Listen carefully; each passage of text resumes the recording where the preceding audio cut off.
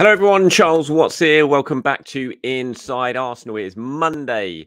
I hope you're all having a very good start to your week, wherever you're watching or listening to this around the world. Just one day to go now until Arsenal return to action with that game at Nottingham Forest tomorrow night. I will be heading to the City Ground.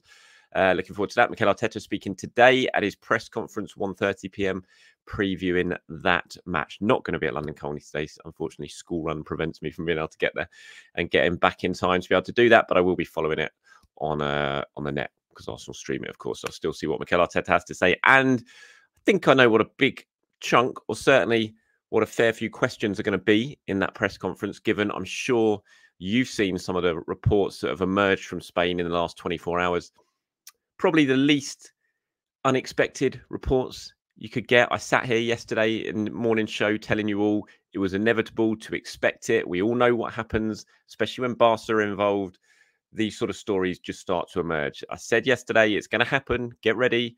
And then it happened even before the day was out. Reports coming out that Mikel Arteta has told his entourage, love that word, entourage, that he's planning on leaving Arsenal at the end of the season, or he could leave Arsenal at the end of the season. Of course, that suddenly was massive news on social media yesterday, the report being branded around left, right and centre. So going to speak about that, my response to that in today's show. We'll look at some reports about Victor Osimhen as well. Mohamed Elneny, bad night for him for Egypt in the African Cup of Nations. Got some questions and comments from you guys, and we will look forward to the Nottingham Forest game as well. So we'll start with the news about Mikel Arteta.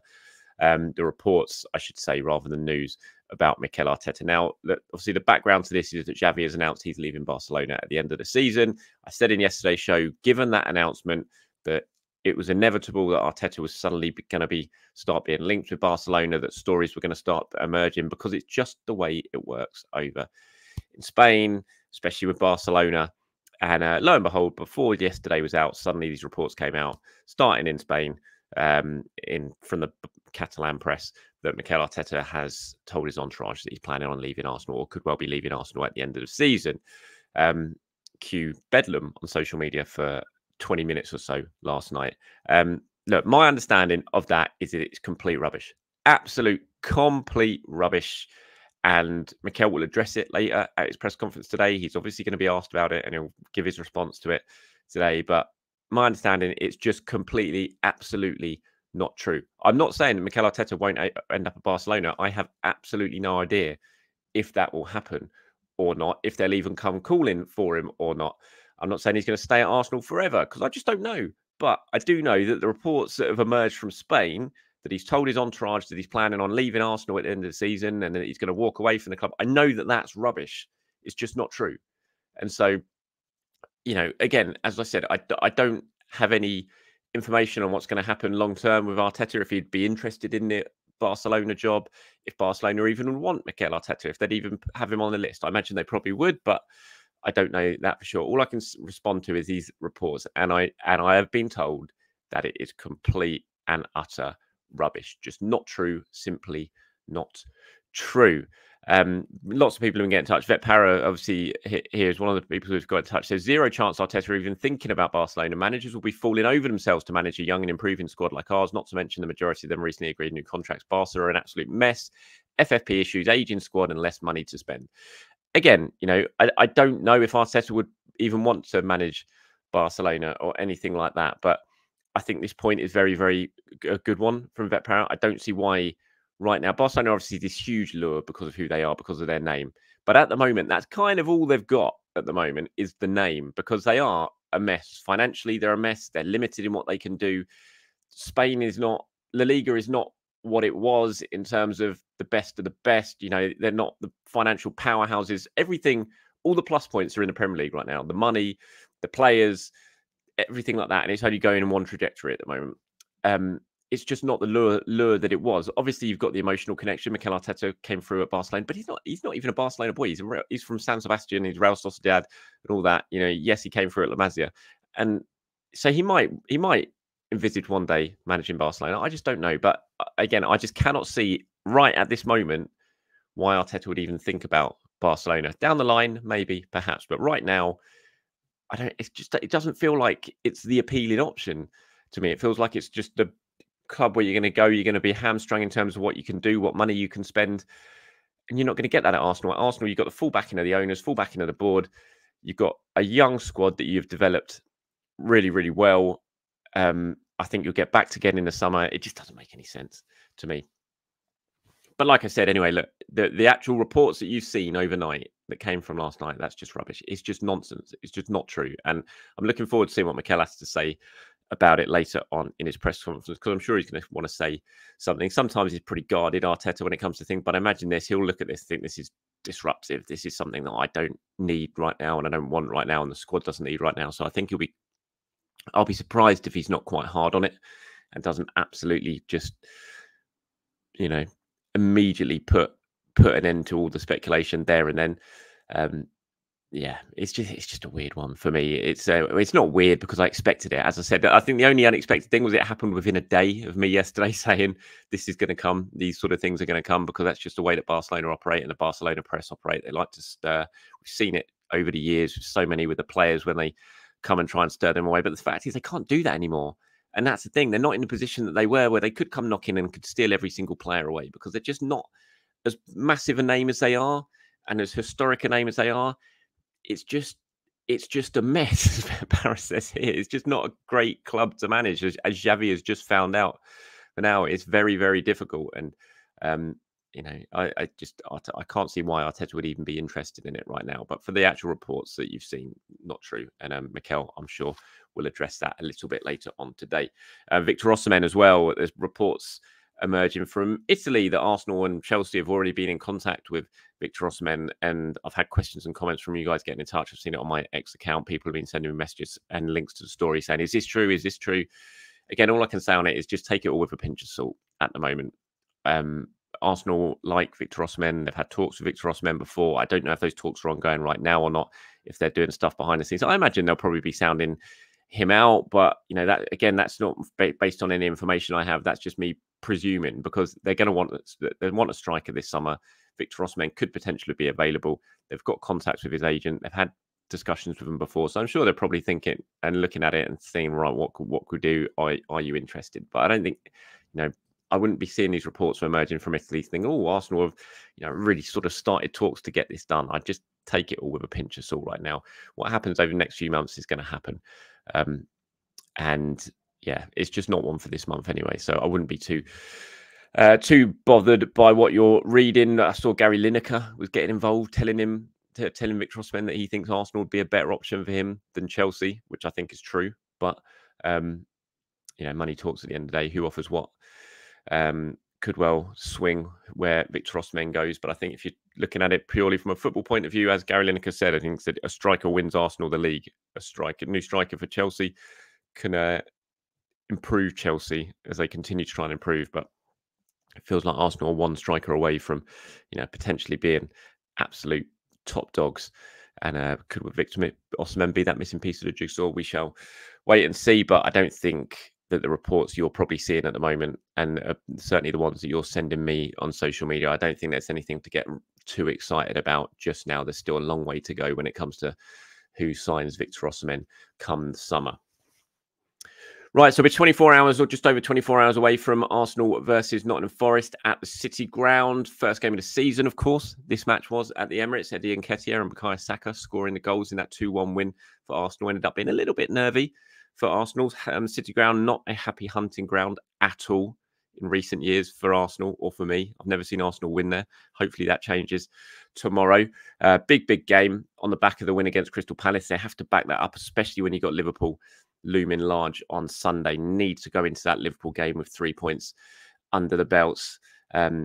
Continue on the momentum that they built up with the win against Crystal Palace. Anything but a win will be an absolute hammer blow ahead of that game against Liverpool. Liverpool's already looking like an absolute must-win game. If you drop points against Nottingham Forest tomorrow night, then you're basically in very, very last chance saloon against Liverpool at that point, because the way Liverpool play and the amount of goals that they're scoring, even without Mohamed Salah, don't look like dropping too many points at the moment, and they could be sort of over the hill and out of sight if Arsenal give up too much ground on them. So this is a really crucial game. Going to be really interesting to see what Arteta does. I asked yesterday for a lot of your views. It's quite interesting. A lot of you have been getting in touch saying that Saka shouldn't start this game, which is, Yes, quite surprising, I suppose, given how important Saka is and given the amount of goals and assists he's still scored this season, even despite not being at his very best. Dark and Bright says, drop Saka. He's been poor the last 10 games. He needs a reminder of the bench. He's being double teamed, but when he gets one-on-one to beat his man, he is not producing. Play Trossard, Martinelli and Jesus up front with Smith Rowe starting against a low block. Underneath there, what about Saka? And this was in response to me saying Martinelli or Trossard, who should start. And he says, what about Saka? He has been poor. He has not been on form all season. And you also need to talk about him being replaced by someone else. Martinelli or Trossard can play out on the right. Sean says, start both, drop Saka or Jesus. Interesting one. First of all, I don't think Saka's going to get dropped. I'd be very, very surprised if he doesn't. I'm not saying he never should, but I don't think he will for this game. I think he definitely starts. I think it will be a choice of who starts on the left out of Martinelli and Trossard. I think that's probably the big question going into the match. But I get it. You know, Saka shouldn't be guaranteed a place in the team. And if he's not producing, then like other players, he could find himself on the bench and someone else plays. I just don't see there's an absolute, unless you're playing Jesus. I think out of everyone, Jesus is the best replacement for Saka. Reece obviously can do a job. I still think Reece probably better on the left-hand side than he is on the right. Trossard definitely better on the left than he is on the right. Martinelli definitely better on the left than he is on the right, I think. So that kind of just leaves Jesus. And I don't mind Jesus playing on the right, because then you could play Kai Havertz up front, who I like playing in that position. Or you could play Trossard as the 9, and I like Trossard playing in that position. So I wouldn't really have too much of a problem with it. I just think, despite Saka's struggles at the moment, I still think he's just the one player that I kind of want on the pitch, because I feel like if something's going to happen, he will do it. Even whose goal was it? I think it was Martinelli's goal, the first goal in the win against Palace. You know, Saka trapped back and won the ball back. And I know, you know, that's just what you should be doing as a player. But even when he's not playing at his best, he's still having impacts in games, I think. And I'm not ready to think Saka should be on the bench just yet. But I can understand why many of you think he probably should be. So, yeah, thank you for your responses to that. It's certainly going to be interesting to see what Mikel Arteta does when it comes to the forward line and the midfield, of course, with Thomas Partey back available. Will Partey go straight into the starting lineup? I doubt it. You know, what will happen with Declan Rice and Gabriel? Will they be fit? I don't think we'll know that until the team news basically gets announced on the team sheet gets announced an hour before kickoff at Nottingham Forest. I don't imagine Mikel in any way will answer those questions when it comes to the fitness of Declan Rice and Gabriel today. I imagine he'll keep Forest guessing for as long as possible, because that's just what he does. And as I've said many a times, just because they're not in the pictures or the videos, the training stuff, doesn't mean they're not going to feature. That's just the way Arsenal operate, and certainly the way Mikel Arteta operates when it comes to his team selections. International-wise, Mohamed Elneny is heading home. Egypt going out yesterday, losing on penalties to Congo. Not been a great tournament for Egypt at all, really, over at AFCON. One of the pre-tournament favourites, but just haven't really produced. Obviously, been missing Mohamed Salah for a bit of it. You know, you imagine that Elneny now will be available for the game against Liverpool on Tuesday night. Mohamed Salah, if he's fit, then he would be available for Liverpool to play Arsenal. The big question is about his fitness, of course. He's got that hamstring issue. He hasn't been playing for Egypt. He's come back to Liverpool for treatment. So we'll have to wait and see if Liverpool manage to pull a rabbit out of the hat and get Mohamed Salah back fit. I think every Arsenal fan's probably expecting that he will be, but we'll have to wait and see on that. Tomiyasu in action on Wednesday. I think Japan's game is. I forgot who they're playing now. I did have a quick look who they've got in the round of 16 in the Asia Cup, and I can't remember what it is. So yeah, apologies for that. But that's on Wednesday. So wait and see if they go through. If he doesn't, then you think Tomiyasu will certainly be fit and available for the Liverpool game on at the weekend. Although he'll probably get back on the Friday. I think it might be a little bit too soon, but we've seen lots of players come back from the international tournaments recently and go straight into team selections or certainly into squads. So we'll wait and see on that. But yeah, disappointment for Elneny. Couple of questions and comments now. Katie Gooner says, hi, Charles. With Partey potentially leaving in the summer, you've said previously you feel like he might leave, and I agree with you. Elneny's contract's up. Jorginho has an option for one more season. Do you think we might extend Jorginho's contract by one more year and have Rice at DM, or would you let all three leave in the summer and potentially get someone like Zubimendi? I wouldn't let Jorginho go, I have to say. I think if Partey goes, if Elneny goes, I think it's just a bit too much disruption. I just think it makes sense to trigger that option for Jorginho. I don't think that stops Zubimendi coming in at all. I think you keep Jorginho and sign Zubimendi if you're going to sign Zubimendi. I don't think Jorginho staying would impact that whatsoever.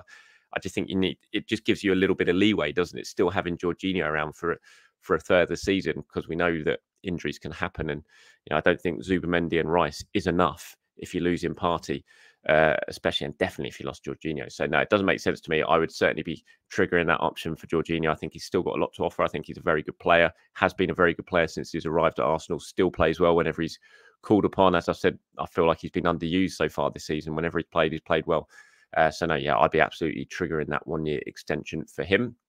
And just one from Carlo here to finish off the cricket. Unbelievable yesterday. What an amazing day of Test cricket. Carlo here said, absolutely right. 2 great Test matches. Huge cricket fan from the Caribbean. So I had to cut my sleep to see my beloved West Indies win a Test match in Australia for the first time in 27 years.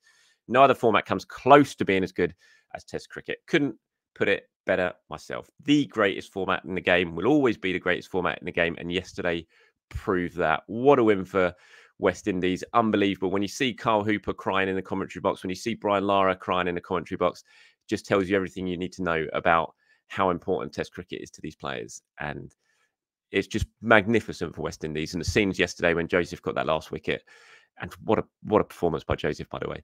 But to get those scenes in Australia, the celebrations, just unbelievable. And then England, it's just one of the greatest Test victories, away victories England have ever produced. Unbelievable to go to it, India, to be 100 runs plus behind after the first innings and to come back and win the way they did. It's just one of the best Test victories I can ever remember. And I think it's one of the best Test victories of England's long and illustrious history in cricket. Just a fabulous day, brilliant sport.